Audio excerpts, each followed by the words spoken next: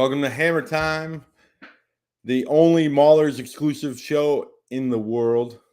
YouTube, find us on YouTube on the USFL Network page, usflnetwork.com, as my new background says. You can find all the shows. I am joined with assistant head coach, defensive coordinator, Jarren Horton. What's going on, Coach?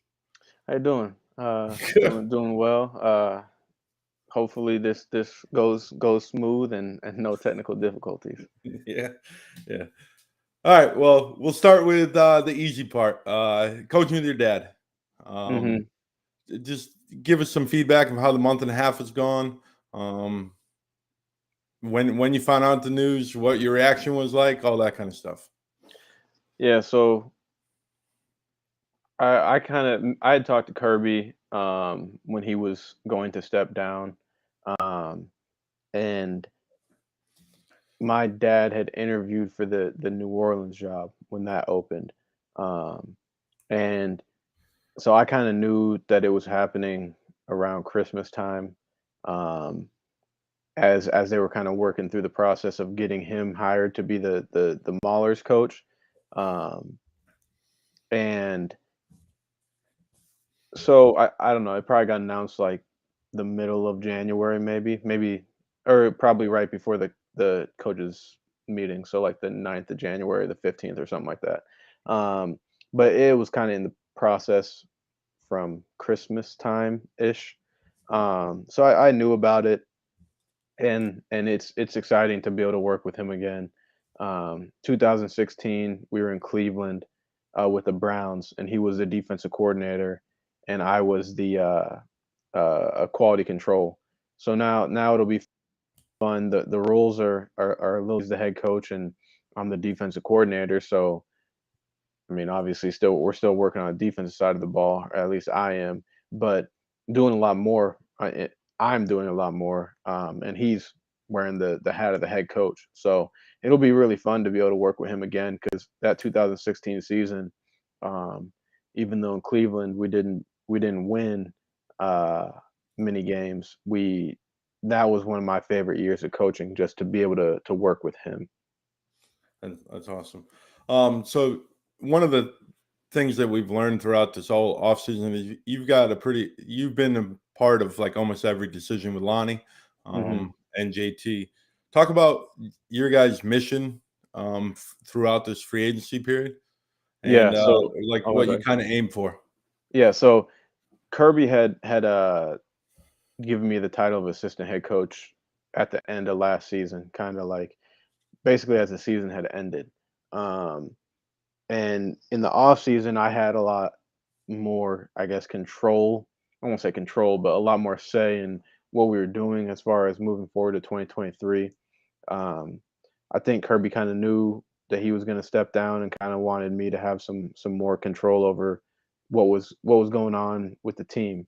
Um, so as far as roster moves, me, JT, and Lonnie worked hand in hand on signing all those guys.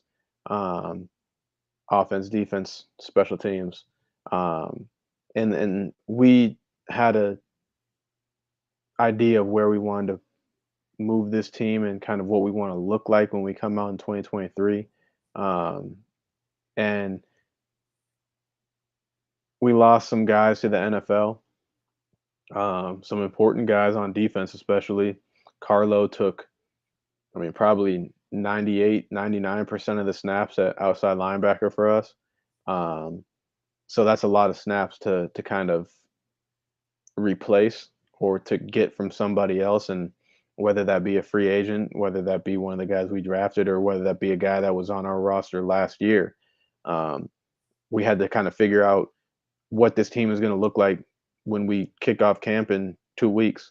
um, and we signed a lot of guys. Like we were aggressive early, and got guys that we wanted to get, got talent that we thought can help us win, and compete. It's going to be a lot of hard decisions come camp time because we're going to have to cut 8 guys to get to 50 for the season. So there are going to be some good football players that get cut because I think we have right now 58 good football players on our team. Awesome. The big free agents. You guys were really busy at the beginning. What led to you guys wanting to be so busy at the beginning instead of kind of like there's a couple teams out there that are still kind of just chugging along. Mhm. Why were you guys so aggressive right at the beginning? Um, we knew that there were some guys that weren't going to be on the team in 2023. Um, whether that be they didn't want to come back to play for us, whether they were at the NFL or whether they were guys that we wanted to move on from. Um, so we tried to find guys to replace them as quick as possible. Um, and I don't want to say as quick as possible, as in we were looking for anybody. We were selective in who we were getting, but at the same time, we wanted to get the guys that we wanted, and we didn't want to give them any time to sign with other teams. Like we didn't want them to go to the Generals or to the Panthers or anything like that. We wanted the guys that we want to play for us. So we were aggressive early on because I think we were organized and we knew what we needed. We knew the positions that we needed, the type of players that we wanted. And that goes back to the communication with Lonnie and JT on kind of what we're looking for this team to go forward. And we were all on the same page. So it was pretty easy. If I found a guy, if Lonnie found a guy, we would kind of have a little discourse about him and say, is this what we want? Yeah. Okay, let's get him signed up. So that was kind of how that process went.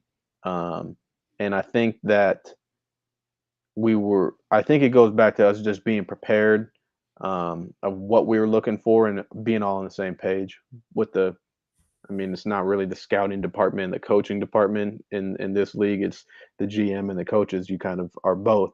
But Yeah. I think it was just us being on the same page and signing who we thought were good players.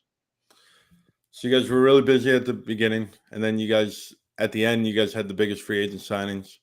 Reuben Foster obviously was the biggest name in the entire league out of all the signings, probably out of even the draft last year. Hmm. Talk about how that process went down, what kind of influence you had on that signing, and what do you expect from Ferrari Foster? Yeah. So Ferrari Foster. It's funny that you mentioned his Twitter name. So in early January, I would say his agent hit me up. His agent called me and he left a message because I don't think I answered the phone because it was a number I didn't recognize. But he left a message and said he had some guys that are interested in playing for the USFL. And one of those guys was Reuben Foster. Obviously, you recognize the name, you recognize the talent, um, but there is a little bit of a process of the league having to vet players, like having to background check them. Um, so it's not just like, oh, Ruben wants to sign, let's sign him right now and get the contract out to him today. It doesn't really work like that. So at that point, he wasn't cleared from the league. Um, and it was kind of a holding pattern for a little bit. I hadn't talked to him at that point. I had just heard from the agent. I don't even think I called the agent back. But a few weeks later, we kind of circled back to it, and I saw a tweet from Ferrari Foster saying, "Do I want to? Should I give the USFL or a spring league a chance?" And so I'm like, well, if he's interested, like let me see. So we reached out to the league to see if he could get vetted, and he did. And when that went through, they sent like an email out saying that he was able to sign. And at that point, it was a mad scramble because we definitely weren't the only team to sign him. Like, I don't know how many teams were trying to sign him, but I know at least one other team was trying to sign him.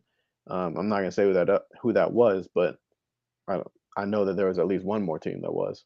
Um, and so basically, I found the agent's phone number, called him, and I was like, "Hey, is he still interested in playing? Like, we can get this done now. Like, we can get this done today." He was like, "Oh yeah, he's interested. He's." I'm like, "Cool. Like, he's gonna sign for us, right? He's gonna play for the Pittsburgh Maulers." He's like, "Yeah, yeah." Like, so I'm like, "Okay." I get a hold of Lonnie. I'm like, "Look." his agent's saying it's all good. We need to make sure like this is guaranteed because I don't want him going to another team and playing against us. So Lonnie was on the phone with him for like, I don't know, probably 30 minutes to get a guarantee that Ruben was going to sign for us, and eventually he did. Eventually he got the guarantee from the agent and was able to get the contract sent out to the agent, sent out to Ruben, and it still takes a couple days for it to go through the process. So I think it happened on like a Thursday or something like that, Thursday or Friday, and like it doesn't process through until Monday. So like all weekend I'm checking my phone, making sure that he doesn't sign somewhere else. And then I think like Rappaport put out a tweet saying that Reuben Foster was playing for the Maulers, and I'm like, man, if this doesn't work out, I'm gonna be salty. But obviously it ended up working out, and he signed with us. So we're really excited to have him, and he's obviously talented. He was the defensive player of the year coming out in whatever year he came out, 2017 or 19 or whatever. And I'm just looking forward to allowing him to go out and showcase his talent and prove that he's that player that he was before he got injured and ran into his issues. So I'm happy to give him a chance to kind of show what he's made of. Awesome. Another big signing that you guys had later on was Bailey Gaither. Mm-hmm. That's a big name for the league. He was with the Giants and the Ravens in the camp this whole NFL season. Talk about that whole process, because that one was kind of, you guys were almost at that 58 mark at that point, and then all of a Mm-hmm. sudden the signing of Bailey Gaither, and everyone just kind of was like, what? Like, where did this one come from? But talk about that one. Yeah, so with Bailey, and it is because we were at that kind of number of 57 or 58, and we were at the number that we wanted at receiver too. We had like allocated, I don't know, eight spots for receiver, something like that. Yeah. And because like you said, Bailey was in the NFL all year, and we had to kind of sign guys and be like, look, like we also need to get prepared for next season. Um, because we had some other guys like Carlo and Jeremiah that were in the NFL that had technically signed their extension. So they were signed for year 2, but they're in the NFL, so they're not going to come back. Bailey hadn't signed his extension, and he was in the NFL. So we were kind of like, no, he's not going to come back. So we had to make our moves and do our thing. But then early January, we reached out to those guys just to kind of see what they were thinking. Like, are you going to sign the futures contract, or what are you going to do? And a few like Carlo and Jeremiah signed the futures contract, which is great for them. And I hope that they have a great off season going into camp and can be on the active roster and do some things this season. But Bailey decided that he wanted to come back to the USFL, and at that point we were like, well, if he wants to come back, we're not going to turn him away because he's one of the best players in the league. So we found a way to make it work, and Lonnie kind of got all that sorted out and did that, and we're ready to go with Bailey, and hopefully he can take the top off some defenses this year again, like he did last year. Yeah, well, your whole receiving core is back now. Mm-hmm. At the end of the year, Henny and Trey and McCleskey are all coming back with Yep. Bailey Gaither. I think that's one of the units that is being slept on the most in the USFL, is that receiver unit for the Maulers. Yeah, and there's talent there. Like you Yeah. said, there's a lot of talent in that room with Bailey, with Trey, Henny, and McCleskey that came through later in the year, and Hardaway as well. Yeah. And we all know the revolving door that we had at quarterback last year. I think we had four quarterbacks start for us. Yeah. And it's difficult at any level to have 4 different quarterbacks in 10 games, mind you, to take significant snaps and to win games. But at the same token, those receivers still put up numbers. Yeah. All like they put up good numbers with a lot of different guys throwing them the football.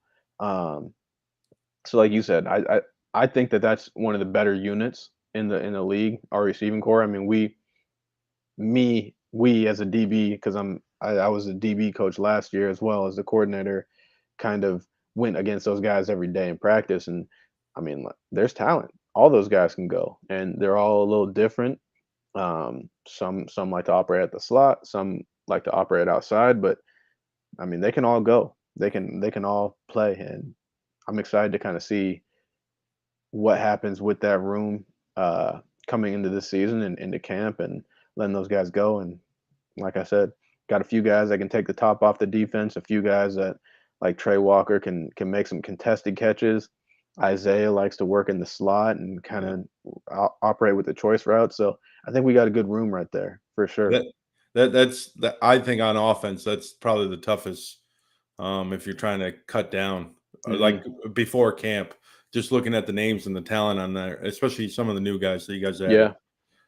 Um, so you've added a bunch. Last week, obviously the USFL had their first collegiate draft.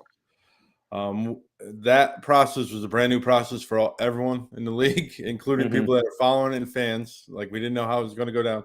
Just kind of talk about what you guys kind of saw as your objective in the draft and how you went about business. Yeah. And like you said, it was a new process. I don't I don't know that a spring league has ever had a collegiate draft. Maybe the USFL did back in the '80s, but Yeah. I not in recent years has it happened. It's kind of been like you have the inaugural draft where you're drafting from a pool of guys that are signed up to play for your league, and then no one's really made it to a year two. So I don't know. With this draft, it was over 3,000 names. It was, I think, every draft eligible player or guys that don't have any more college eligibility that are 2023 graduates, as well as guys that have entered their name for the NFL draft and have, I guess, relinquished their collegiate eligibility, which is kind of the same thing. So like there were guys that are, I mean, who were the top picks in the NFL draft projected? Bryce Young, C.J. Stroud, and Will Anderson, Yeah. probably top three to two or three of the top 10 guys. Yeah. Those guys were on the list, but it's probably not going to do us very good to draft those guys. I mean, could something happen where they don't make it in the NFL for this reason or that? Yeah, anything can happen. I'm not saying I want that to happen for those guys. I hope those guys are successful and shoot have Hall of Fame careers. But it was interesting because we don't know the process of the other 7 teams in the league. I think some teams were probably looking at draft boards of like mock drafts, like Mel Kiper and Todd McShay and all those talking heads and stuff of guys that are like sixth, seventh undrafted free agent round guys, and being like, well, those guys might get drafted. They might go to NFL camp, but if they get cut, then we have their rights because that's kind of what this draft was. It was a rights draft. We kind of went with a little different process because we wanted to draft smaller school guys that were dominant at their level, um, and guys that maybe might get overlooked by the NFL, but clearly they can play because they were all conference, they were all American, they were this, that, the other thing. They got all these accolades. So clearly they can play, but they might not get the chance in the NFL because they went to a smaller school. Um, so that was kind of our process going into the draft. We just kind of looked at all conference teams, all conference players from smaller levels and all Americans at D2, D1 AA and NAIA D3, all that stuff, and kind of got some names together. Me, Lonnie, JT, and my father kind of had a pre-draft meeting where we ranked guys. We all kind of had I probably had like 50 guys, but somewhere between like 30 and 50 guys each. And then we kind of just were like, all right, we knew what positions we wanted to get. Like we knew we wanted to get a quarterback, we knew we wanted to get a tackle, an edge rusher, and a corner and a receiver. So like we kind of ranked them by that, and we ended up with think what we our last pick was 72. So I think we picked 72 names. Where if every guy on our list got taken, we would still be good for our last pick. We would have one more name. Um, we ended up getting the top guy at every position, how we ranked them.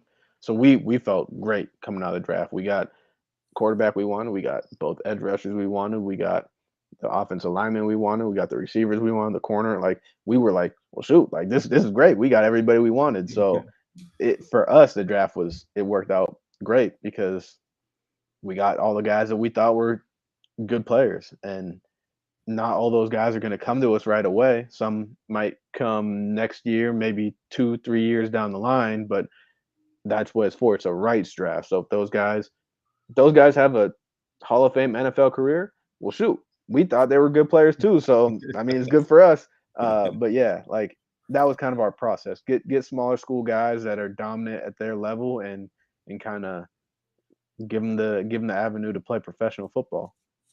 Awesome. One of my favorite picks was Malik Cam, the defensive end out of Lafayette, the second round draft pick. Mm-hmm. I've never heard of him.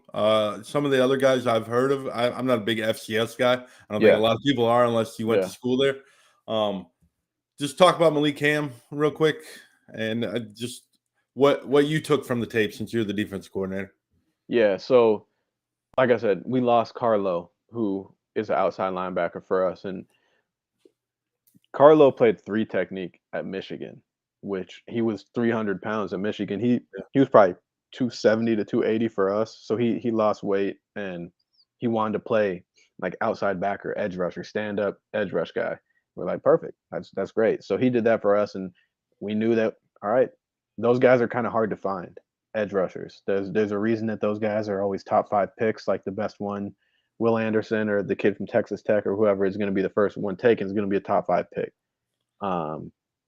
So we saw his accolades, I guess, if you will. He was all conference, all this, that, the other thing. And all I had to do was see really one, but a couple plays on tape.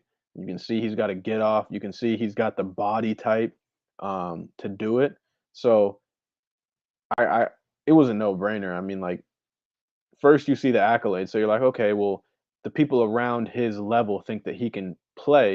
And then you put on the tape and you're like, yeah, he can play. So he's probably what, like 250-ish. So he fits right into what we're looking for in that outside linebacker in the 3-4 defense, and up coming to our league. I'm excited for that. Awesome. Another guy, obviously the big name of your first round draft pick was Lindsey Scott. 71 touchdowns, I think he created this year. Something and crazy. You got one of his top receivers. Yep. Did Grimes get a higher ranking because you got Lindsey Scott? Did he move higher up on the list because of that? Yeah, for sure. So Lindsey was our top quarterback. Like, we wanted this guy. He was, I don't know what the award, the Walter Payton Award, right? The Heisman of FCS. Incarnate Word. I was at Southeastern Louisiana in 2018, maybe. So we played against Incarnate Word, and I think it was that staff that's kind of still there. It was their first year. I know that the head coach left to go to Wazoo, but I think it's like the same tree, and they're dynamic. Like, Lindsey Scott is incredible. He can make the show go. Like, he can run, he can throw, he can do whatever you want your quarterback to do. And then it kind of goes back to, in the NFL right now, a lot of these young quarterbacks, they get their top receiver from college. You got Burrow and Chase. You got Jalen Hurts and Devontae Smith, Tua and Waddle. Like, we were like, well, shoot, if we can get the quarterback, let's try to get the receiver and kind of see what they can do. So if we do end up getting those guys, that'll be awesome to kind of, I mean, because Lindsey Scott had, I think, 71 touchdowns. And the receiver Grimes had, I think, 30 catches. 30 of those touchdowns were him over the last 2 years, I want to say, or something like that. So, I mean, shoot, that's a lot of points right there. So we, like you said, when we got Lindsey, it kind of moved Grimes up a little bit, but not saying that he's not a talented receiver because he's all Yeah. conference too. Like he can go. He's a good player as well. You guys love that Southland Conference. Yes, we do. I think you got what, 5 guys from there? 2 from Incarnate Word, 2 from Southeastern So for 4. sure. 4, yeah, I think Yeah. 4. All right. Do you guys expect any of those guys this year? Possibly? No. I know Possibly, you yeah. got a roster. I think for us, for sure, we're going to encourage those guys to do their pro day Yeah. and to go through the process and do all that thing and just say, hey, we will always be here. Like you don't need to rush to come to us right now. But if you want to, we'll welcome you with open arms. So we've kind of put the ball in their court and let them do their thing. But we're also very much so like, hey, do the process of the pro days and all that stuff and the visits and all that. So you can do what you need to do. And if you don't get drafted and you don't want to go as an undrafted free agent, hey, you can come here and get a few games of tape and then maybe in the off season sign with the team of your choosing. But that's kind of where we're at with the 2023 USFL drafted guys. Yeah. My only suggestion in the league is move that draft into like September after the NFL camps. So they get all through there, and then you guys have that for your off season. Yeah. That was the futures. It's just a little tricky. Yeah, it was a little tricky. But yeah, it would be cool if we drafted. So like you're saying the 2023, like the guys that we just drafted, instead of drafting them before the NFL draft these guys in September. It's September after they go Yeah. through their undrafted and they go through their first camp in the NFL and all that kind of stuff. I like that. I like that idea. Yeah. Yeah, But that's pretty that's cool. my only gripe. I love the college draft, and obviously as a fan, like Mhm. it's your hope. You know what I mean? The Maulers Yeah. were 1-9 last year. You get that draft pick, that second draft pick, it just brings in more fans in the Yeah. offseason. But all right, yeah. So you're ready for camp, Coach? Man, I'm so ready. Like I've been ready for camp for shoot a month at least. Like You already got a spot up in Canton? so, no, but I probably will tomorrow. Yeah, I think I will tomorrow. I'm just gonna stay at a hotel, but I'm gonna probably stay at a Marriott to get the Marriott points. So, All right. All right. What position battle do you look forward to the most on offense? Let's start because I know on you're the assistant head offense, coach. Yeah. yeah, quarterback for sure. Okay. We got a lot of talented guys, and we got 4 guys that are new to the team. So like somebody is gonna take the opening snap at quarterback for the Maulers that was not on the team last year. So I think that just based on new faces is the one I'm looking forward to the most. Fair enough. Fair enough. And on defense, I'm gonna guess it's the defensive backs, right? Yeah. So It's your MO, man. It's yeah, it just is. And it's interesting because at safety, we are returning 4 guys that played for us last year. And I think all 4 of those guys can be starters in this league. And then I think we also signed 2 guys that I don't know because I haven't been with them firsthand. One of them I have at Southeastern, but the other one, Eric Burrell, their tape is good, and they can potentially be starters in this league too. We're not going to carry 6 safeties where it's not, so something's going to happen. At corner, we have 2 returning guys, and we have 4 new guys. So that's going to be another battle that one of those new guys, maybe 2 of those new guys are going to start at corner. Um, so who's that going to be? Who's going to step up? Who's going to play nickel? Who's going to start at safety? Um, how are we going to do some different packages and stuff like that? Because I mean, last year we in the DB room we lost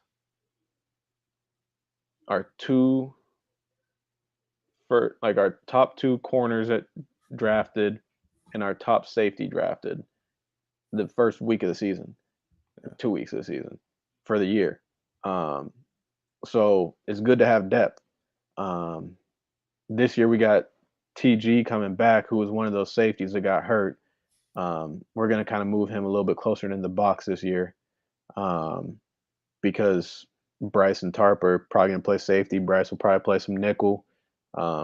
TG will probably play some dime, which is kind of our weak backer. He'll probably play a little nickel, um, and then see if those corners can play nickel. So it's only 11 spots on the field at a time. It's going to be interesting to see who emerges to take those spots because it really is an open competition that really, I mean, all 11 spots, but there's a lot of different bodies that can fit in those back end, both those corners, the nickel, the safety, the dime backer. There's a lot of different bodies that can fit in those spots that we're gonna find out. Like we're gonna make the best decision and get the best 11 on the field. But it's gonna be interesting. I'm looking forward to that for sure. Like the kind of position battles in camp and just seeing where it takes us. Well, especially they're going against those talented receivers on the other Yep. side. They're probably the best collective group in the league, Mhm. especially returning. Uh, talk about the coaching staff. You guys have added a few pieces. Mhm. I know your defensive back coach. You're not going to be doing the defensive backs. Obviously, you'll still be there, and your Mhm. dad's going to be there. There's Mhm. a lot of defensive back Yeah. focus in Yeah. the room, but Yeah, there is. and then a new offensive line coach. Mhm. Yeah, so um Steve Meyer is going to be the DB coach. Um I first met Steve. He was the QC for the Steelers. And I was at Vanderbilt at the time, and we just kind of like went up to training camp a little bit. And I had known um, like Coach Tomlin from when I was younger, so like I was a little bit more comfortable than kind of the other guys on my staff at Vanderbilt at the Steelers training camp because I grew up at the Steelers training camp. Like it's at St. Vincent College, and like I know where the dorms are, I know where the food is. Like I can go around there in my sleep. So like I knew kind of where everything was. And Steve was the QC, and he was awesome to us and treated us really well. Um, and then he did a little bit for us last year as kind of like a advanced scout, if you will. He kind of did some stuff on the computer, gave it to our players of who is our upcoming opponents. If he found stuff on TV about like audibles and stuff like that, he would give that to them. And when Jack Nudo, who was our DB guy in QC last year, got a job at East Carolina, we were we were like, well, Steve obviously is the guy that's going to come in. It was a no brainer there. Um, and then on offense, our O line coach Emerson Martin. Um, I personally don't know Emerson. John Tomlinson, who's our offensive coordinator, has worked with Emerson in the past. And when that position came open, John was like, "I got a guy. Like this is the guy, and let's go with that." And John was comfortable with him, so we're like, "All right, let's make it work then. If that's your guy that you're comfortable with and you have a rapport with already, like it makes sense." Have you played Coach Tomlinson's game yet? I have, Quarterback yeah, April. You have? yeah. Did you conquer it yet? Did you purchase it, or you just played Yeah, the? oh yeah, I bought it. I got it last like last season. He kind of held out on us for a while. Like he was like, "Oh yeah, I got this app," and he didn't tell us that like it was like done and like you could get it already. And we're like, "Well, shoot, like let me try it." And like yeah, like it's fun. Like I'm good at it because like I know what's going on in the game. Yeah, Like because yeah, he said it's kind of like it's a teaching tool yeah, for quarterbacks like high school, college level, where it's like you're just trying to read the defense. yeah. And I'm like, well, shoot, I know I can read defenses, so like I like the game. It's fun. It's definitely really fun. He said he's developing other sports. So I coach the AAU basketball. So I told him Oh, he needs to just give me a sample just to see yeah. what it is and see where it I don't know goes. how that would work because like I like sports and stuff Yeah, like that, but I know football. Like I know it in and out. I know soccer a little bit. I never really played soccer, but I know it more than like the average person. But like basketball and baseball, like I don't know like the inner workings of the game and stuff like that. Like I can watch basketball and baseball and follow it, but like yeah, I don't know the rules like that to yeah. like, oh, well, they're doing this because of this. Like I can tell you in football, like, oh, well, they're just kind of bleeding the clock because they're trying to get a 2 minute warning, this, that, and the other thing. Like I don't know the ins and outs of it like that. I got you.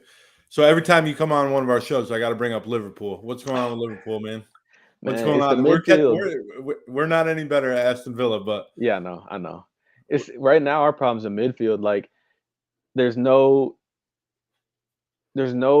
cohesion between the midfield and attack to where like we can't create anything, and we're having defensive troubles too, which is crazy.